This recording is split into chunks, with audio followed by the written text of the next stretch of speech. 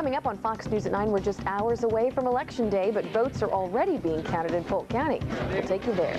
It's not a poll, but it's a good indicator going into Election Day. We'll show you the ultra-tight numbers in the Iowa electronic market. And first on Fox tonight, as millions here in Iowa prepare to cast their votes, both sides make their final stop in Iowa. Good evening, everyone, and thank you for joining us. I'm Tiffany O'Donnell. You Decide 2004 may be nearing an end, but not before a whirlwind dash through a handful of battleground states, including right here in Iowa. Candidates, supporters, and countless others are working around the clock as time is running out to find support for their candidate. Complete coverage of You Decide 2004 is first on Fox tonight. We begin with Cal Woods live in the newsroom. Cal. Tiffany, the president brought an upbeat campaign to Des Moines today with a country band, his family, and even some extended relatives. It's one last chance for the president to leave a positive image in the minds of Iowa voters before they head to the voting booth tomorrow. No question who most of these folks support at a final Bush rally at the state fairgrounds, but the battle isn't over these folks.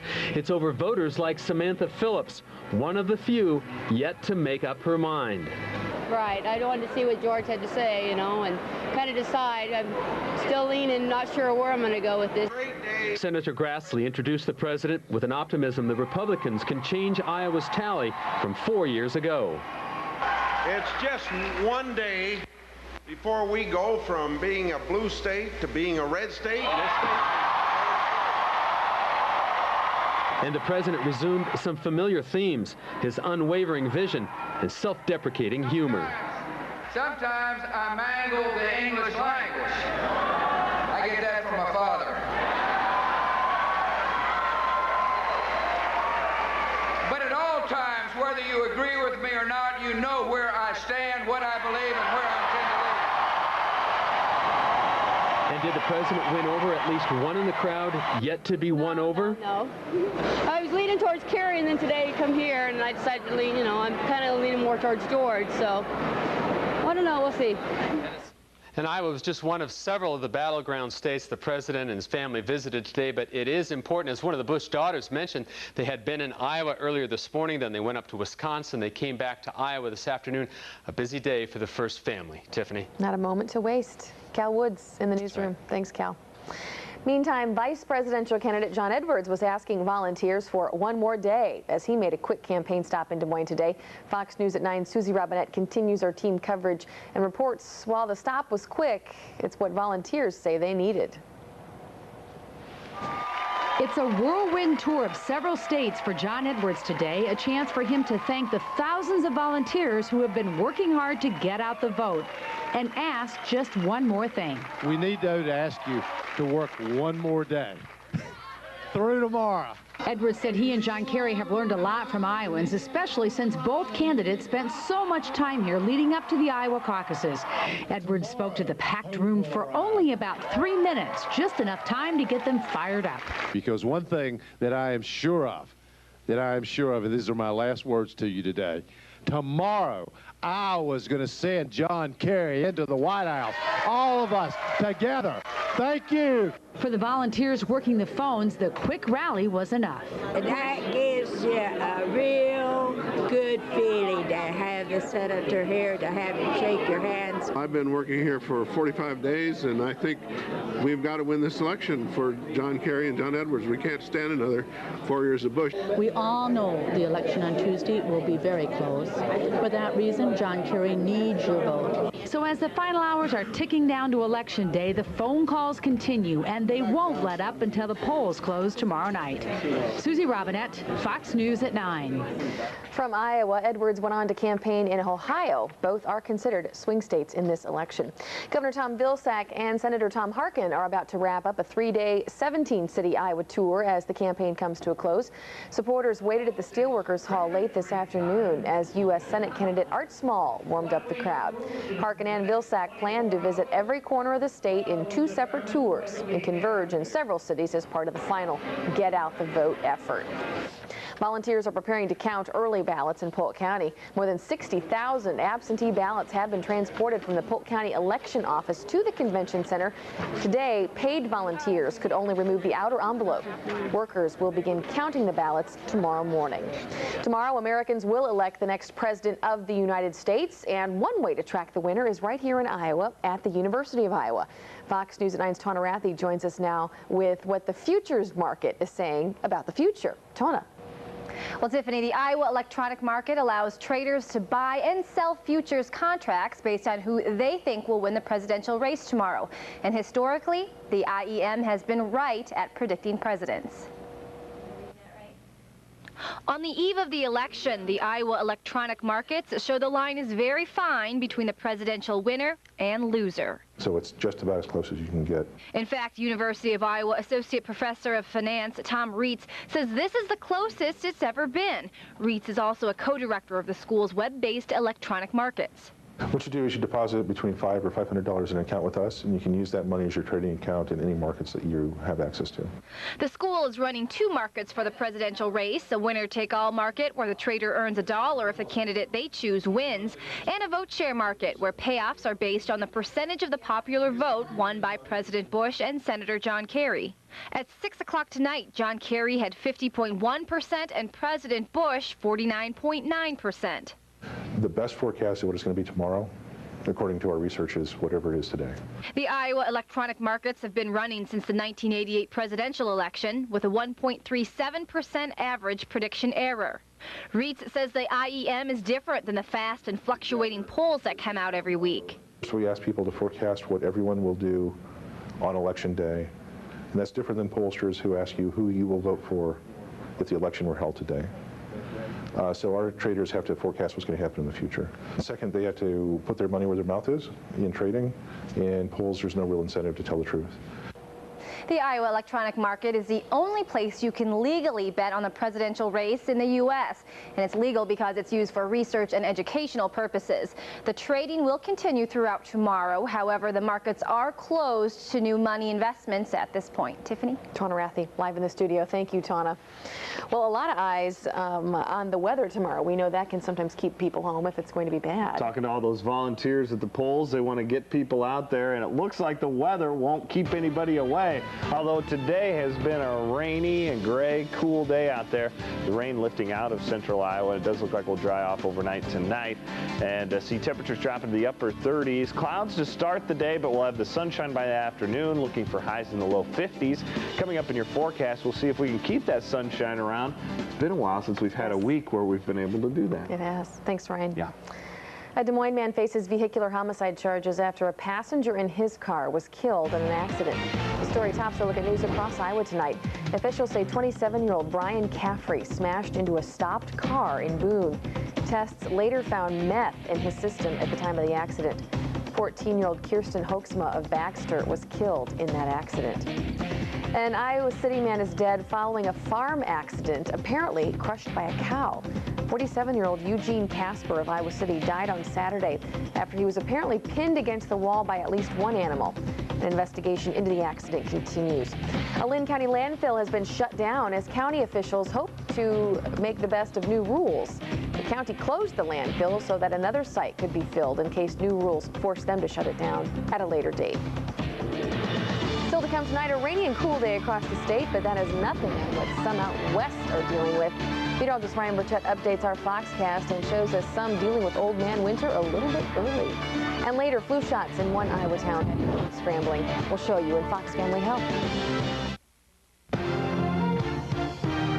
This is Fox 17 News at 9 with Tiffany O'Donnell, meteorologist Ryan Burchett, Andy Garman with sports, and the Fox 17 News team. Voters have a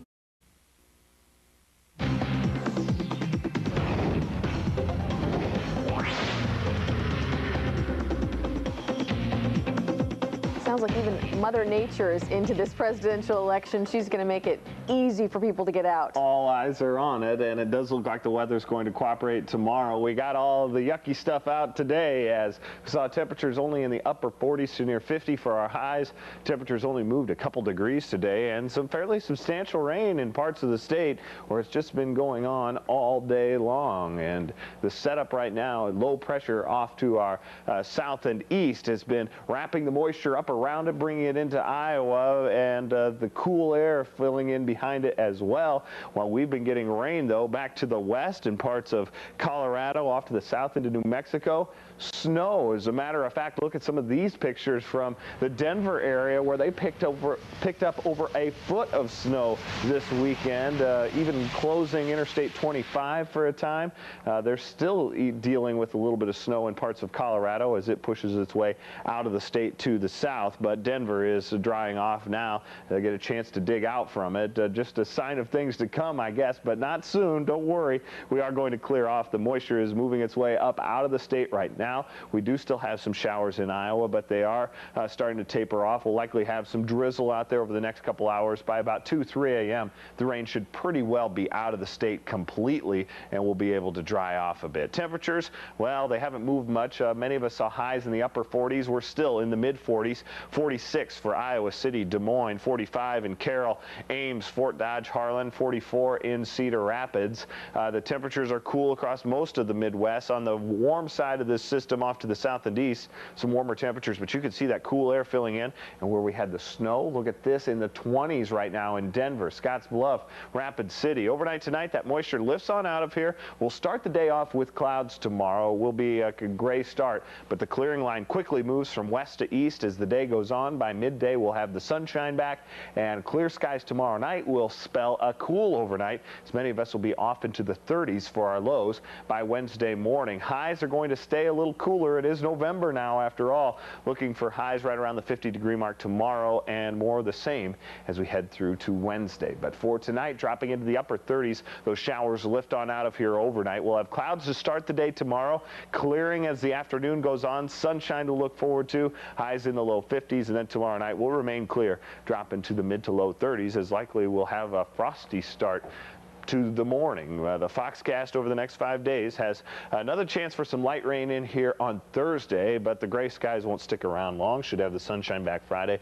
But the big change in this forecast is that we're looking at staying in the upper 40s to low 50s for our highs throughout the next several days. Considering we saw 80 degrees on Friday, this is going to be a little of an adjustment for us. Reality check. Yeah, no kidding. Thank you, Ryan.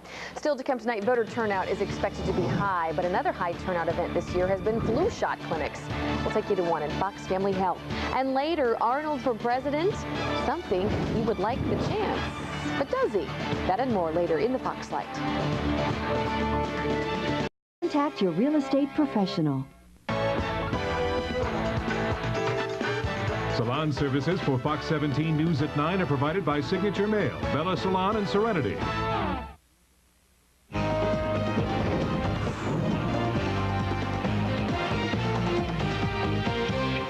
Welcome back. Both malls in Cedar Rapids were packed today, not with shoppers, but with patients.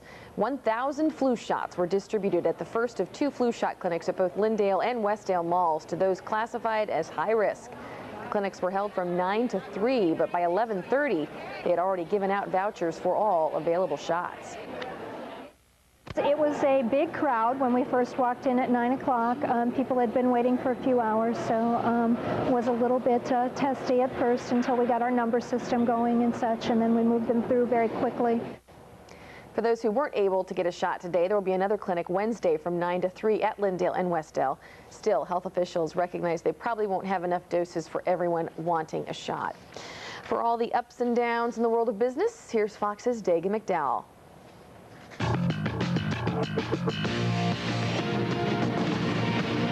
A cautious session on Wall Street ahead of a too-close-to-call race for the White House. Let's get straight to the numbers. The Dow Industrials climbing 27 points, the Nasdaq adding 5, while the S&P 500 inched up fractionally. The Dow would have been higher if not for Merck, the blue chip falling on a published report suggesting Merck downplayed the health risk of Vioxx. The arthritis drug it recently took off the market.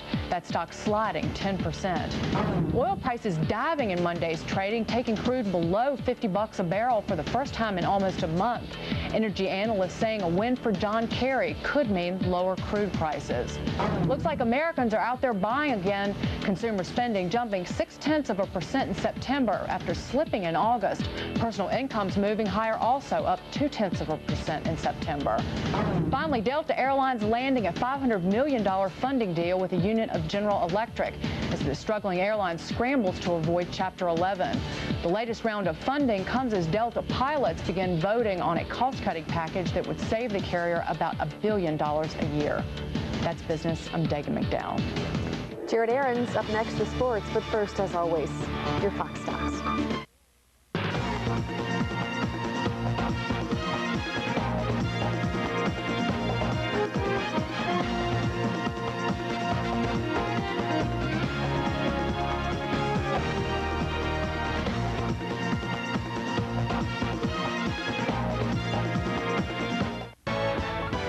Tonight's Fox Stocks are brought to you by Denny Elwell Company, Commercial Real Estate and Development. You have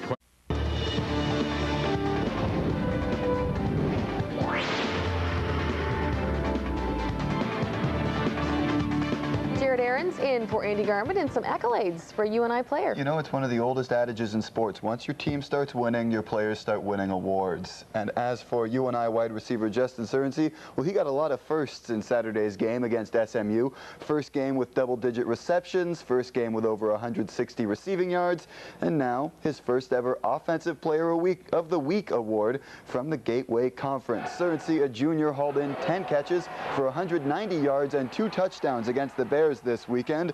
Right now he ranks first in the league among wide receivers with 6 touchdowns, second in yards per game, and fourth in catches per game. Now in his previous 2 seasons with Northern Iowa, Surnsey had a total of 14 catches for 144 yards and just 1 touchdown. He surpassed almost all of those numbers in just 1 game on Saturday. The Iowa State Cyclones didn't garner any Player of the Week awards from their 13-7 win over Kansas, but they did move into second place in the Big 12 North Division, and that sets up a showdown for first place this weekend against Nebraska. But one player that very well could have won Player of the Week for the defense is defensive tackle Brent Kirby, who returned a fumble, 30 yards for a touchdown. This is his second fumble return for a touchdown in 2 weeks. It put the Cyclones ahead 10-0 in the second, much to the delight of Coach Dan McCarney. Yeah, he is. He's an athletic guy. He's a tough guy. He's relentless, and you know, he's a playmaker. And it was a great play, forcing the fumble and then scoring again on defense. And obviously, it was a difference in the game.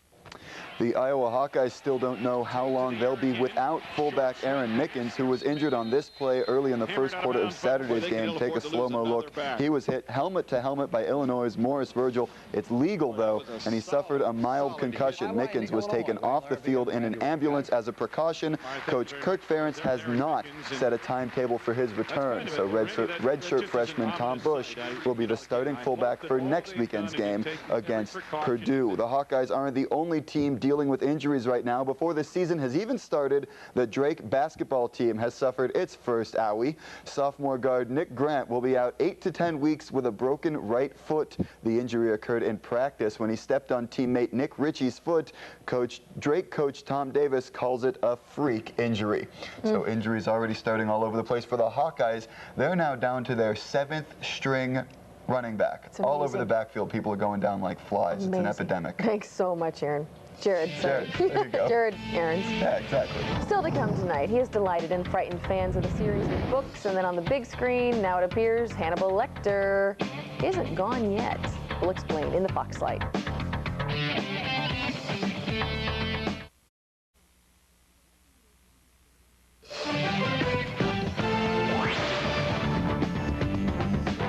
We haven't heard the last from Hannibal Lecter, and some downtime for David Hasselhoff. Bill McCuddy has that and more in the Fox Light.